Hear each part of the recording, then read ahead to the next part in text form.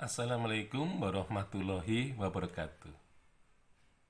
Kita mengarah kepada sejarah yang neo-scientific. Jadi sejarah dalam perkembangannya memang harus lebih maju daripada karya-karya yang telah dihasilkan sebelumnya. Nah, tentu saja kalau selama ini sejarawan Indonesia lebih senang menulis sejarah naratif, maka dalam rangka neo-scientific ini, maka sejarah naratif harus dikonvergensikan dengan sejarah non-naratif. Jadi sejarawan harus menempuh, ya, setelah melakukan heuristik, kritik, ya, dia harus menarasikan, kemudian melakukan analisis dan juga sintesis. Nah, sehingga sejarah non-naratif dan sejarah naratif itu adalah deskriptif, naratif, analitis, dan sintetis. Dan ini merupakan syarat pertama bagi sejarah yang neo-scientific. Nah, kemudian yang kedua, sejarah yang neo-scientific ini adalah sejarah yang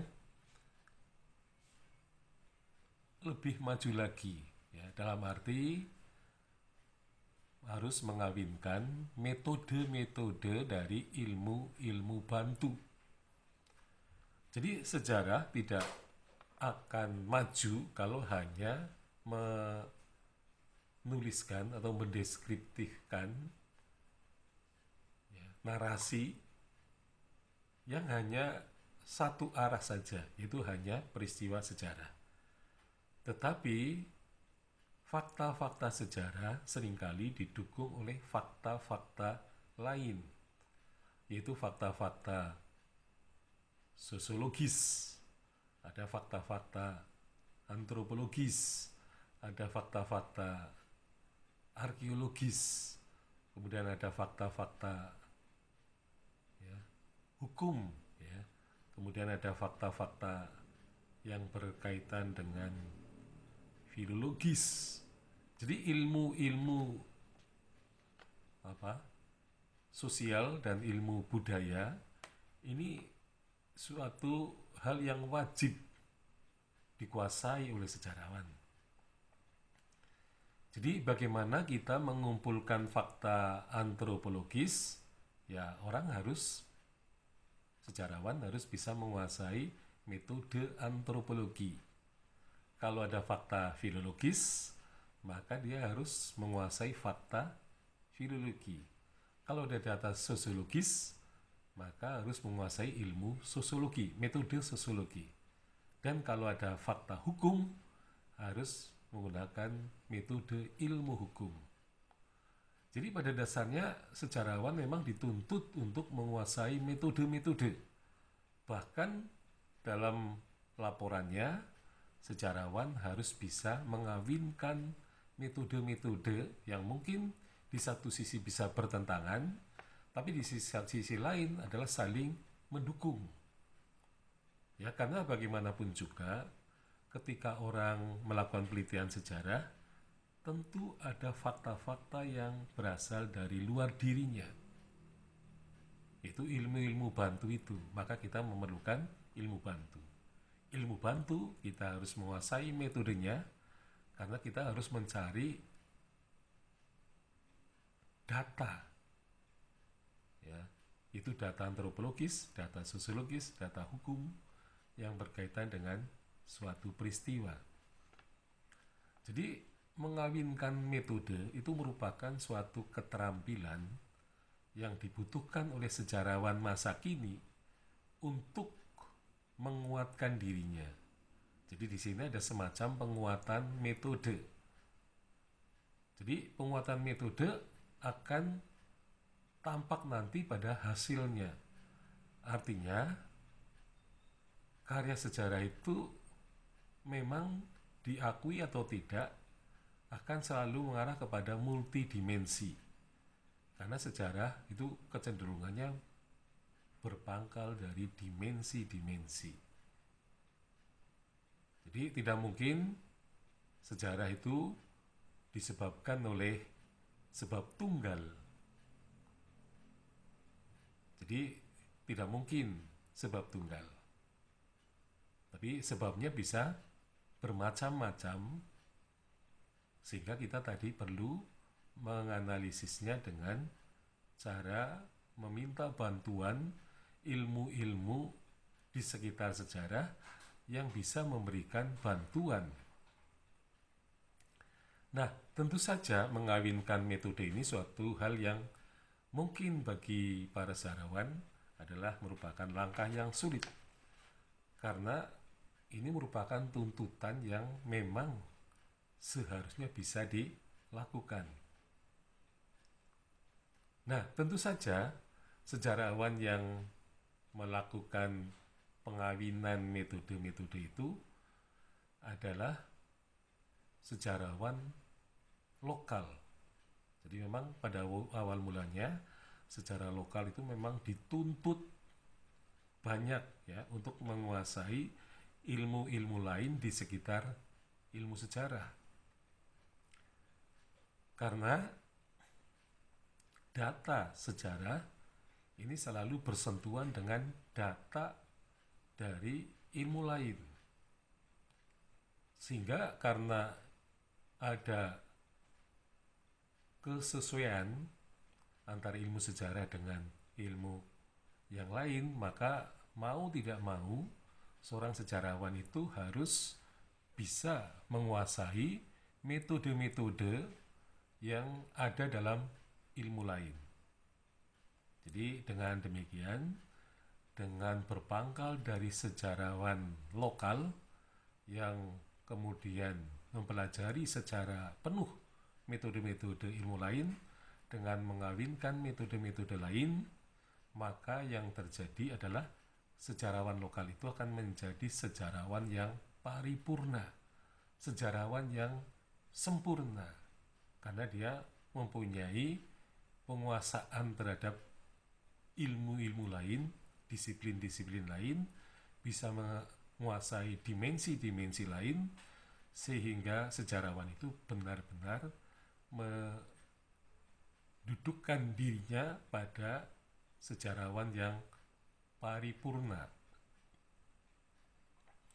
Nah, tentu saja memang benar bahwa sejarah lokal itu bukanlah sejarah yang dipakai untuk latihan bagi sejarawan. Tetapi sejarah lokal adalah merupakan arena penggodokan calon sejarawan yang paripurna. Jadi kalau seorang sejarawan terjun ke dalam sejarah lokal, maka dia memang akan dipaksa untuk bisa menguasai disiplin-disiplin lain, sehingga dia akan menjadi sejarawan yang paripurna. Nah, itulah kalau sejarawan itu mempunyai kemampuan terhadap metode-metode ilmu lain, maka dia akan bisa menampilkan sejarah yang neo-scientific.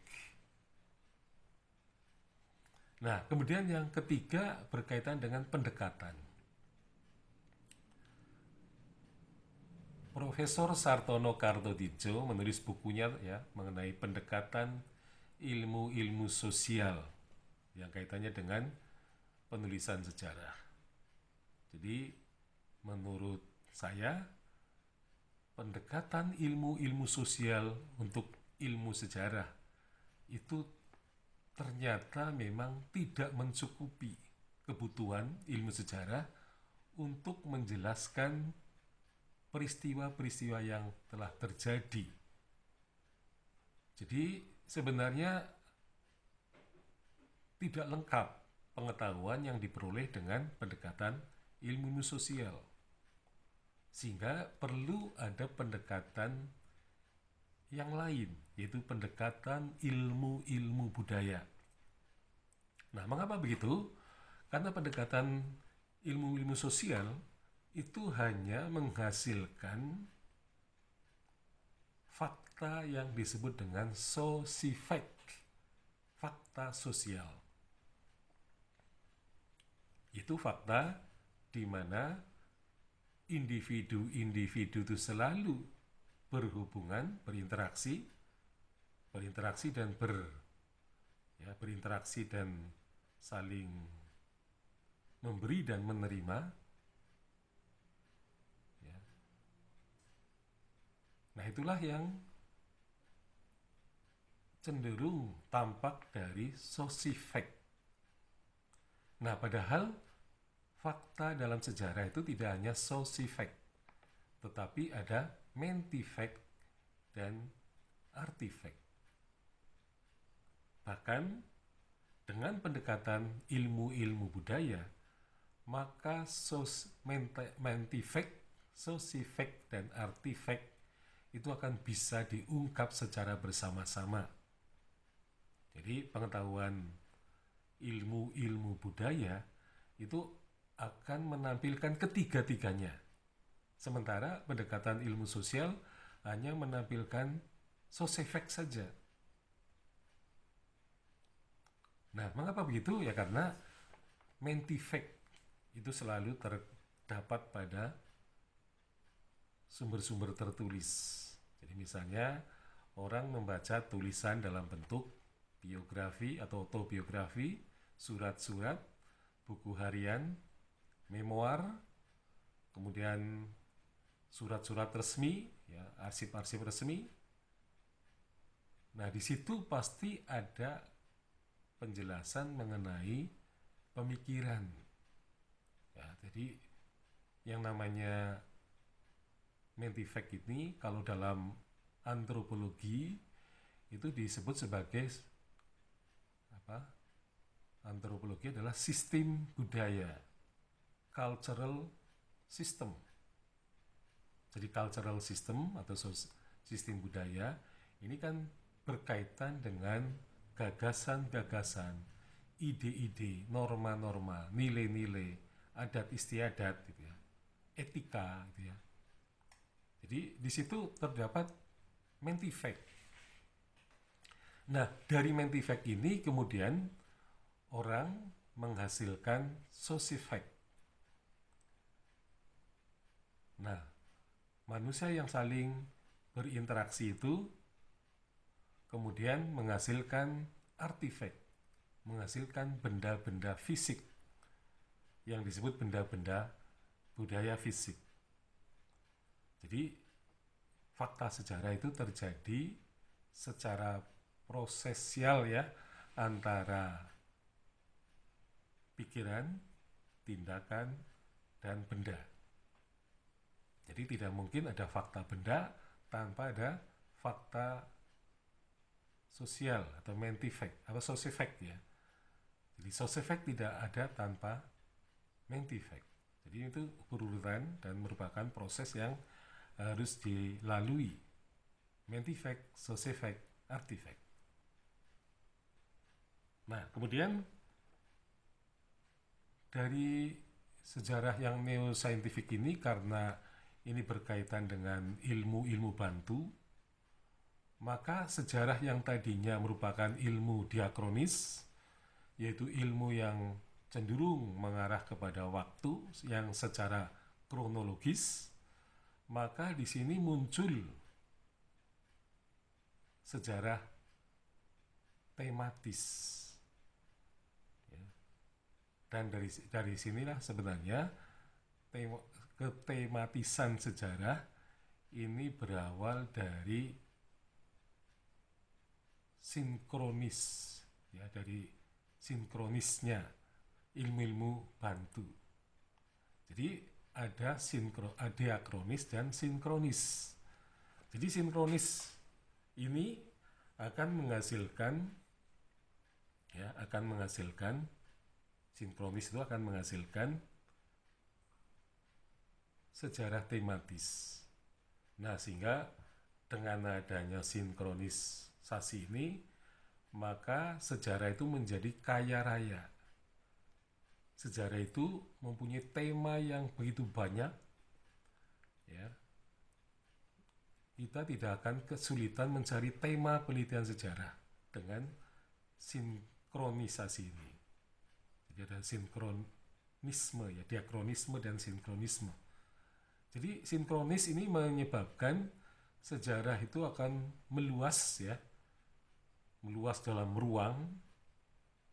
Nah, sehingga dari misalnya penelitian sejarah kebudayaan akan lahir sejarah sosial, kemudian sejarah seni, sejarah bahasa, sejarah religi, bahkan ada sejarah yang berkaitan dengan wayang, dengan batik, dengan pertunjukan, gitu ya.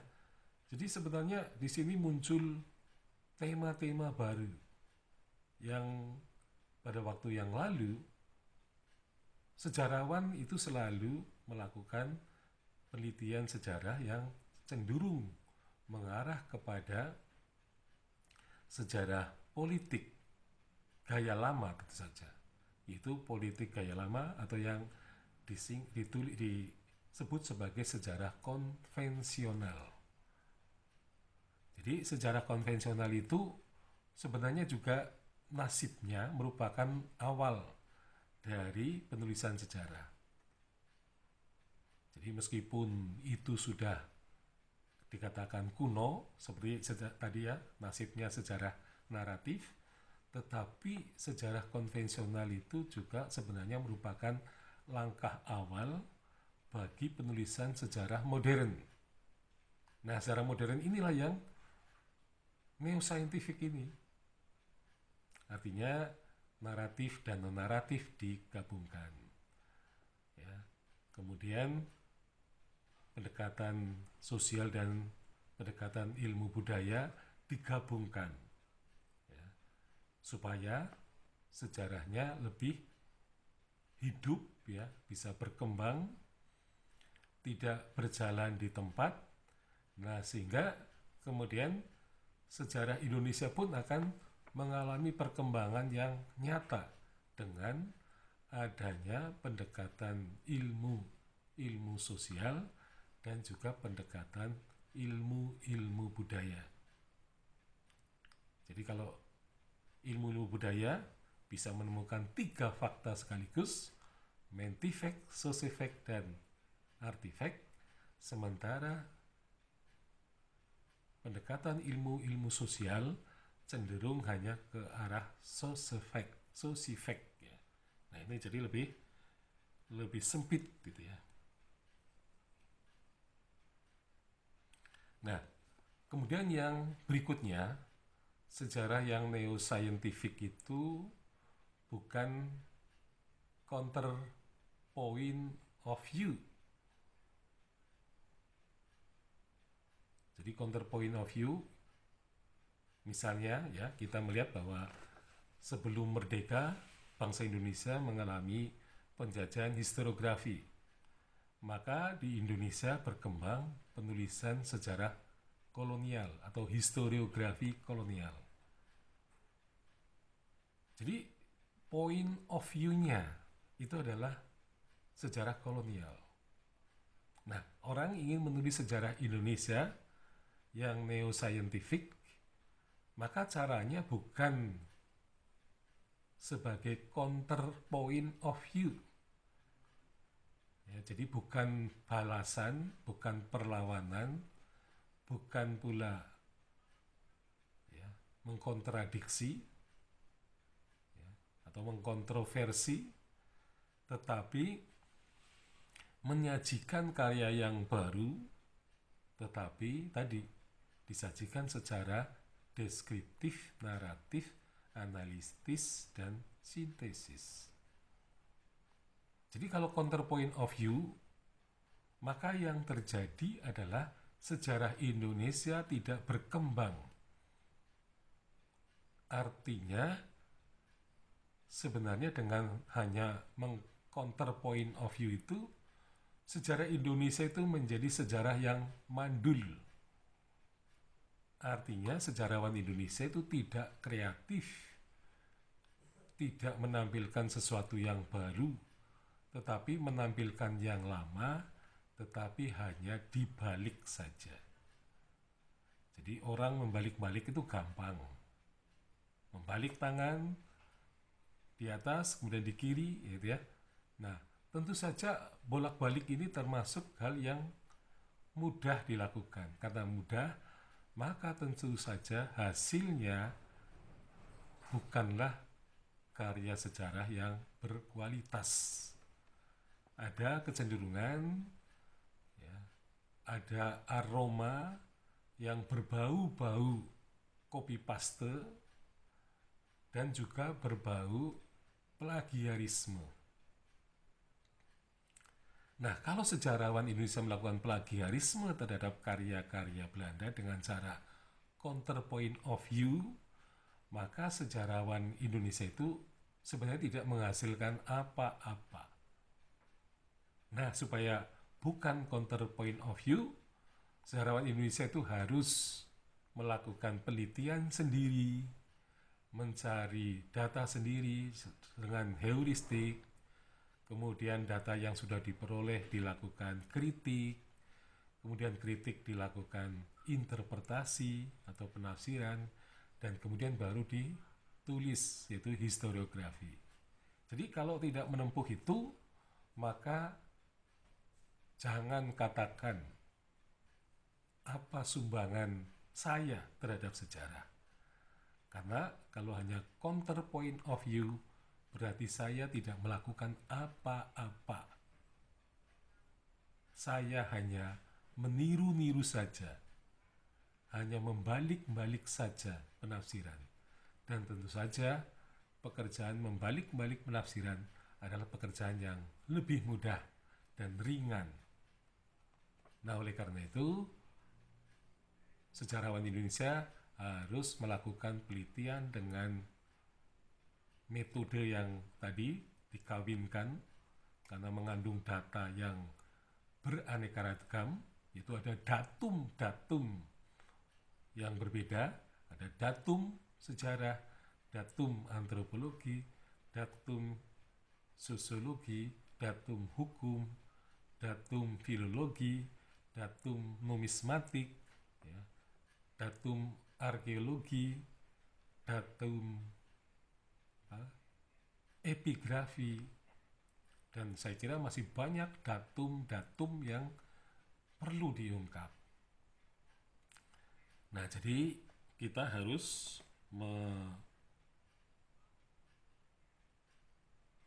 membebaskan diri dari perilaku plagiarisme. Nah, kemudian di dalam penelitian sejarah memang dahulu ada kecenderungan bahwa sejarawan-sejarawan masa lampau itu selalu terpukau kepada tokoh-tokoh besar. Jadi tokoh-tokoh besar itu memonopoli narasi sejarah. Nah, karena dia memonopoli, maka dia seringkali menyingkirkan tokoh-tokoh kecil dalam sejarah.